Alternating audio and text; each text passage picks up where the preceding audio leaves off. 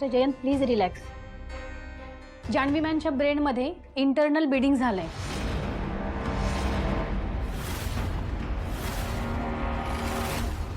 पण डॉक्टर तशी काही इजा दिसत नाही, नाही का हो?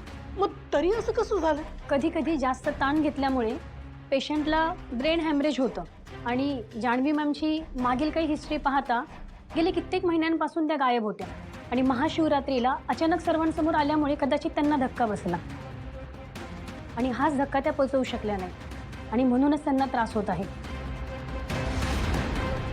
आणि कित्येकदा अशा परिस्थितीमध्ये पेशंटला मागच्या काही गोष्टी आठवत नाही.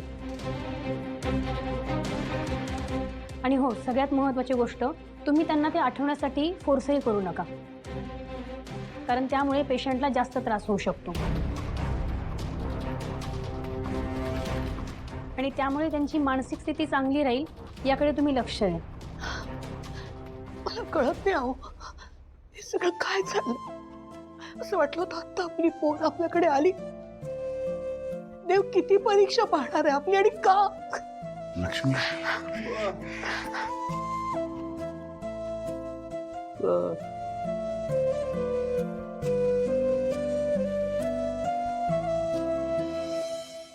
हे पहा मॅम, तुम्ही शांत व्हा.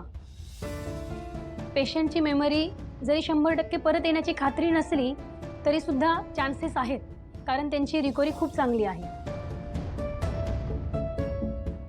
माझ्या जानूला मी आठवत नाहीये, तिची मेमरी गेली. माझी जानू मला विसरली, तिला मी आठवत नाहीये. माझी जानू मला विसरली.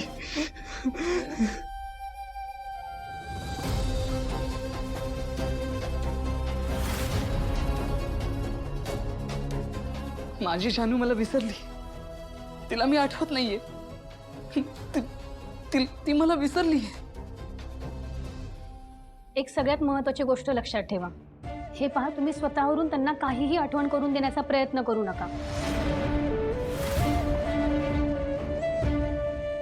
यामुळे पेशंटची स्थिती अजूनच जास्त खराब होईल.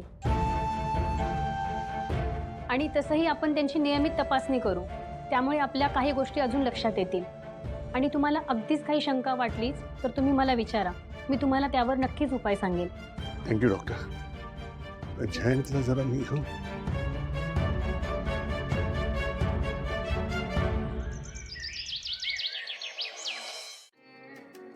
थांबा. अगं हो ना, सावकाश. आनंदानी घर भरले आपले, प्रेमळ साथीने हे कुटुंब नांदते. मन कधी ते दुःख इथे साहते, घर सारे सुखी नाहते.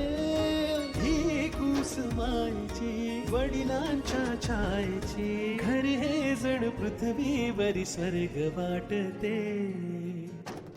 लक्ष्मी निवास, लक्ष्मी निवास, लक्ष्मी निवास, लक्ष्मी निवास, लक्ष्मी निवास.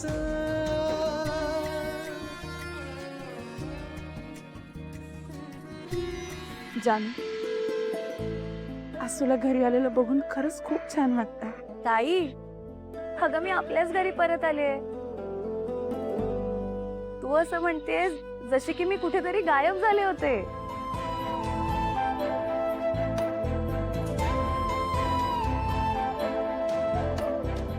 ए, काय झालंय तुम्हा सगळ्यांना?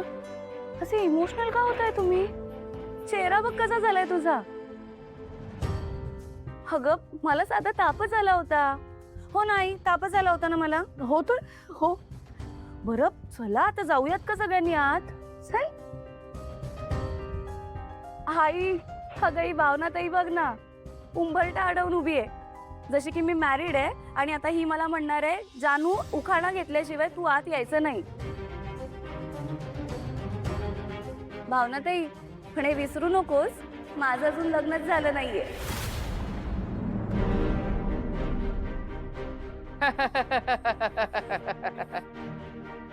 संतोष, बरं मुलीनो, आता पुरी झाली आहे चेष्टा मस्करी. आता आज चला, नाही तर दोघींना धपाटे घाले. चल जा. प्रत्येक माणूस हा सुखासाठी धडपडत असतो, बरोबर. माझं सुख आनंदीमध्ये आणि आनंदीचं सुख माझ्यात आहे. आणि म्हणून मी ठरवलंय की आनंदी माझ्याबरोबर फॉरेनला कायमची सेटल होईल. एक